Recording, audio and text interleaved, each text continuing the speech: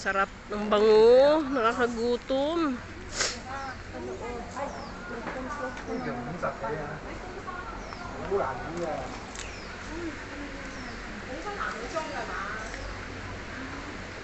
Hala, please don't touch daw. Hindi siya market. Hindi nga. Ano lang, ano din siya? Mga dry goods. O, mga store din. Mga, ano nila, tindahan, store. Ang ganda nito, pang ano, no? Store. Hindi naman ako nagda-duster kasi. Wala na rin magda-duster sa amin. Si mama ko, hindi naman mahilig sa duster. Store ng nanay. Wala.